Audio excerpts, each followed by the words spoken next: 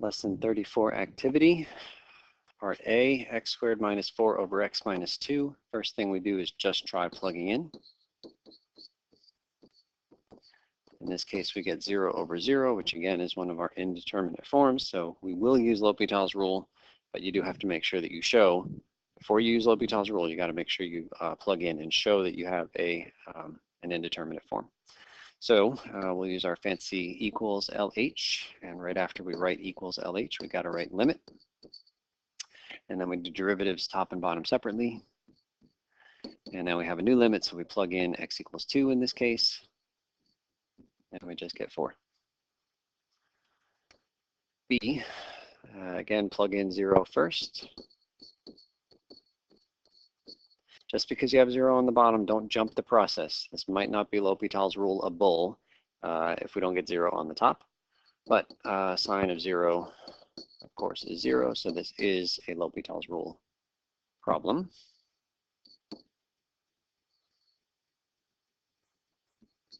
Focus on the notation. Give me that LH, and also give me an extra limit here.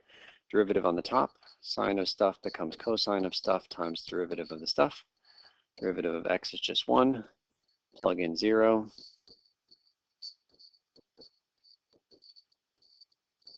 Cosine of 0 is 1. So this whole thing is equal to 2. Okay, part C, plug in first.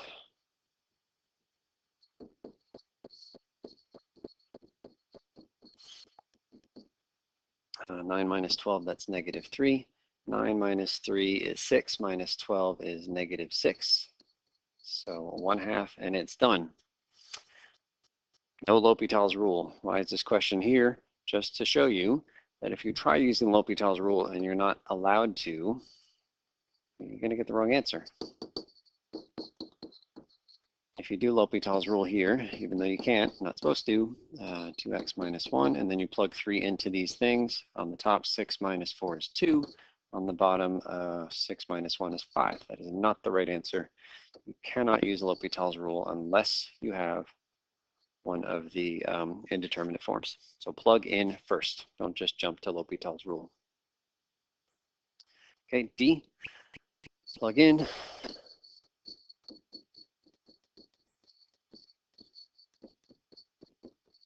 We get 0 over 0, so we do L'Hopital's rule.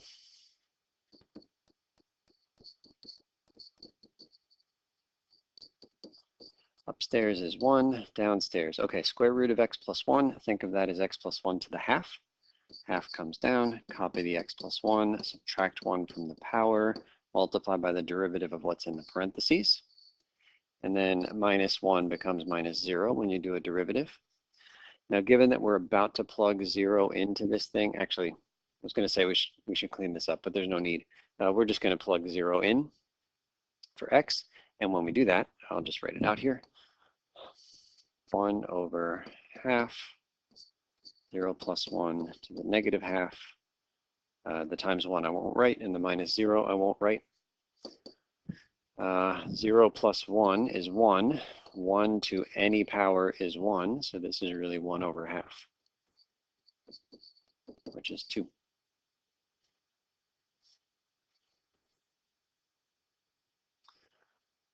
Okay, next one. If you send x to infinity, upstairs e to something really big is really big, and downstairs 4x squared, the minus x is negligible compared to the x squared.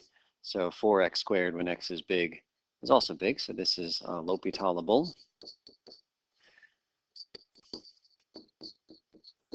Derivative of e to the stuff is e to the stuff times the derivative of the stuff. Downstairs 8x minus 1. Let's try plugging in. E to the something really big is infinite times 3 is still infinite, divided by, ignoring the minus 1, 8 times something big is big. So it is L'Hopitalable again.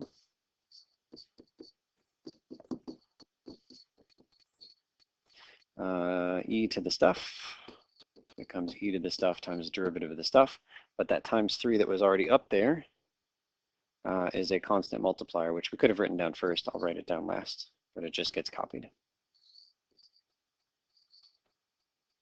divided by. Derivative downstairs is 8. It's a new limit we should plug in. E to something really big is really big, times 9 is still big.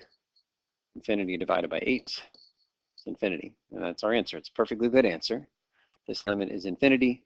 And this example illustrates why exponential growth functions dominate any polynomial. Back in pre-calc, you probably saw that exponential growth functions dominate polynomials, which is why this whole fraction is pulled up. Like both of the top and bottom want to go to infinity, but the top is going there much, much faster. That's what this is illustrating. And so why do exponential functions dominate polynomials? Because when you take derivatives of exponential functions, they're still there, right? This e to the 3x is not going anywhere when you take however many derivatives you want, but eventually taking the derivative of any polynomial will get you a constant. And so the e is still going to be there going to infinity, and it will have a constant that it will beat.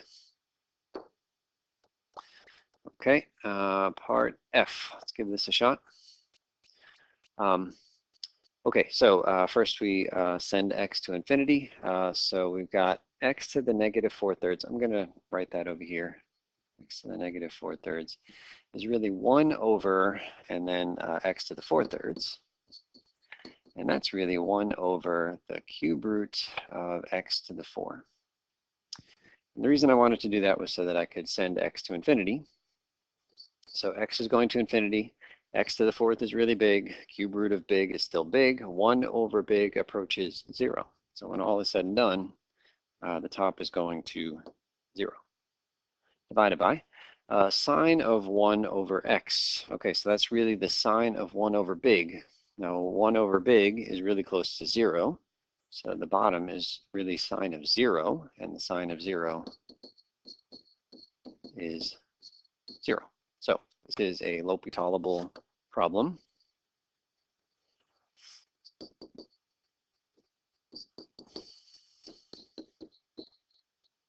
Okay, so we do the derivative on top. Negative 4/3 x to the negative 7/3. Careful when you subtract 1. Divided by derivative of sine of stuff is cosine of stuff times the derivative of the stuff, 1 over x. Could use a quotient rule, but it's really a constant over x, which becomes negative the constant over x squared, if you know that shortcut. Now, you could plug in. I had said every time you see a new limit, just plug in. But if you plug in here, you're going to get 0 over 0 again. And if you continue to take derivatives, the problems are all going to get, the top and bottom will continue to go to 0, but they're just going to get worse and worse. So we're going to take a pause from limit calculating to actually combine some of these x's. These x's right here and these x's right here are going to smush together. So no LH on this one. This is just algebra.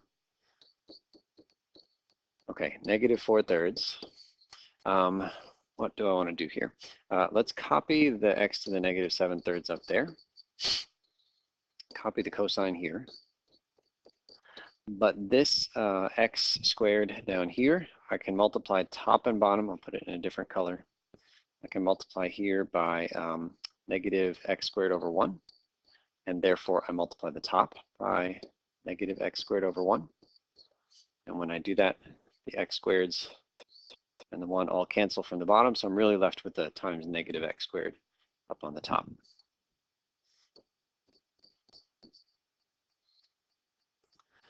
Okay, and so then we're going to combine those x's together. Again, this is not a L'Hopital's rule here, it's just algebra.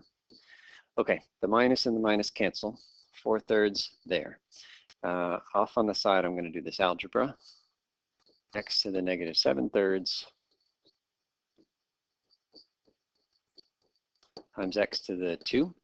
We know we're supposed to keep the base and add the powers. And in order to add those powers, I'd like a common denominator. So 2 really becomes 6/3. And then we keep the base and add those powers, so x to the negative 1/3. So it's 4/3 x to the negative 1/3 divided by cosine of 1 over x.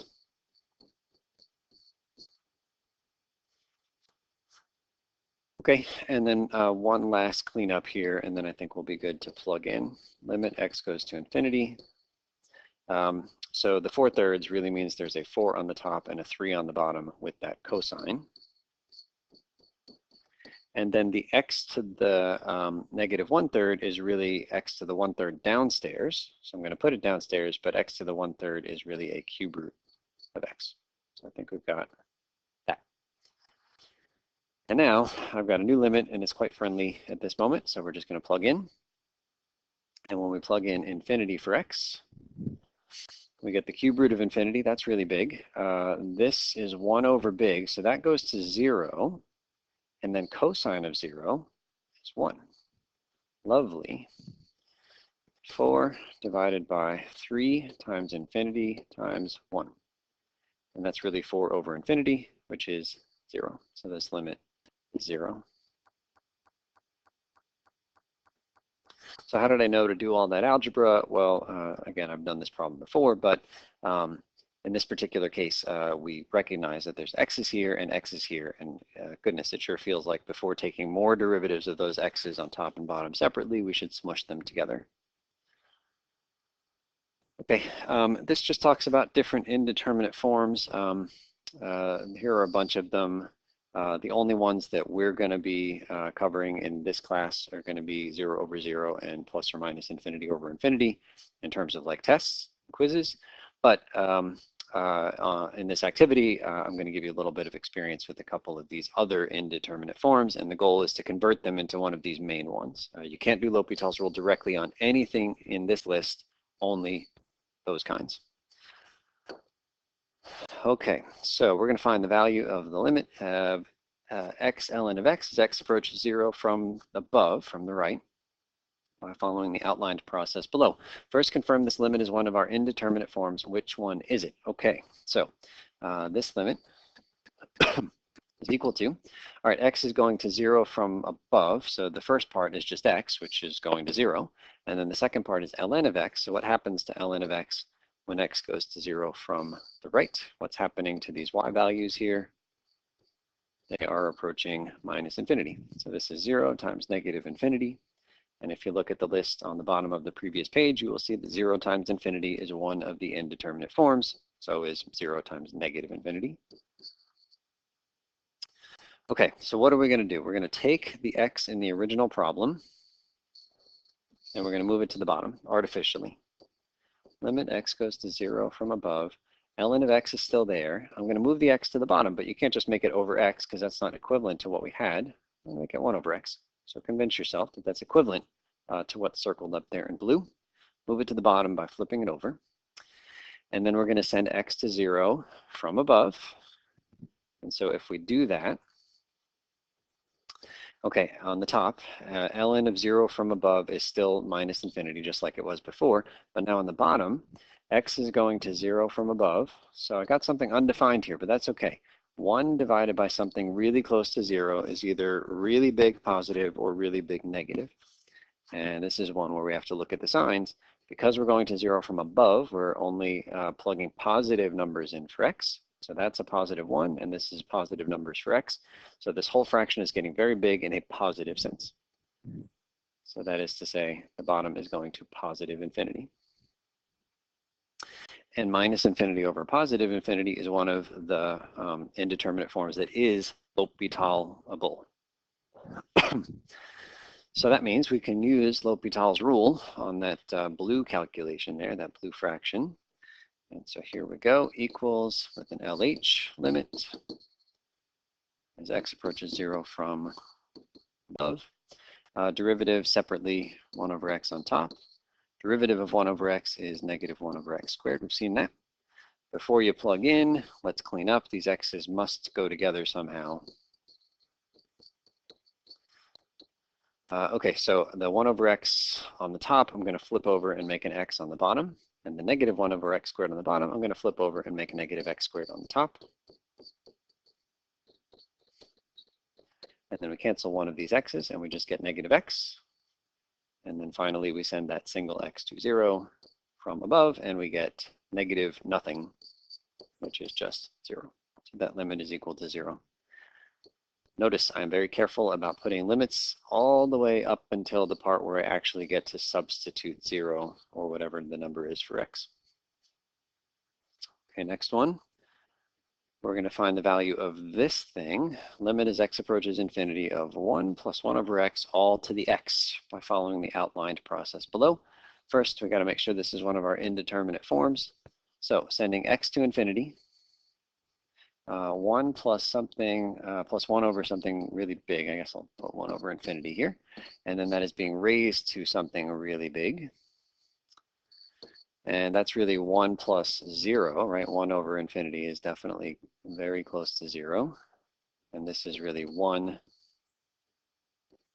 to the infinity. And again, if you look at the list on the bottom of the previous page, you will see 1 to the infinity in that list. Okay, so here's the technique for this problem. We're going to let y equal the right-hand side, not the right-hand side, but we're going to let y equal this thing that we're taking the limit of. And we're going to take both sides of, take ln of both sides of this equation. The only reason we gave it a name is specifically so we could take ln of both sides. So just naming that thing so that we can do this ln to both sides. And then we're going to use one of our properties of ln, any log, which says that when you have log of something to a power, you can bring that power right to the front. So the power in this case, I'll put extra brackets here to make it really clear, power inside of the log is x, so that x can get picked up and plopped down in the front of the log, just like that. And then we are going to, what are we going to do? We're going to take a limit of that thing as x goes to infinity. So it's sitting right here now for us. But before we do that, let's just plug in and see what we get. What does it appear this thing is approaching? Okay, so x is going to infinity. So that means that this guy is infinity. So there's an infinity there, times, and then we're doing ln of 1 plus 1 over infinity. Infinity times ln 1 over infinity is something really close to 0. So that's really a 1 plus 0, which is 1. And then ln of 1 is 0. And so this particular limit appears to be going to infinity times 0, which again is one of these indeterminate forms. It's quite similar to the one we did at the top example of this page. And so we're going to use exactly that technique.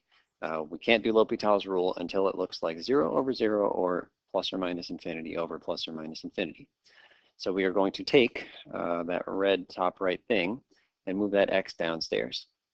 So ln of 1, maybe I'll write the whole thing. So it was x ln of 1 plus 1 over x is really equal to, the ln is going to stay upstairs, but the x in the front is going to flip over and move downstairs. So you should convince yourself that those are equal. Same technique we did in the problem up above at the top of this page. And we were interested in calculating a limit of this as x was going to infinity, which means it's the limit of this as x approaches infinity. And I've got a brand new limit, so I should just plug in and see what happens. ln 1 plus 1 over infinity over 1 over infinity. All right, let's do the bottom. 1 over infinity, that's got to head to 0.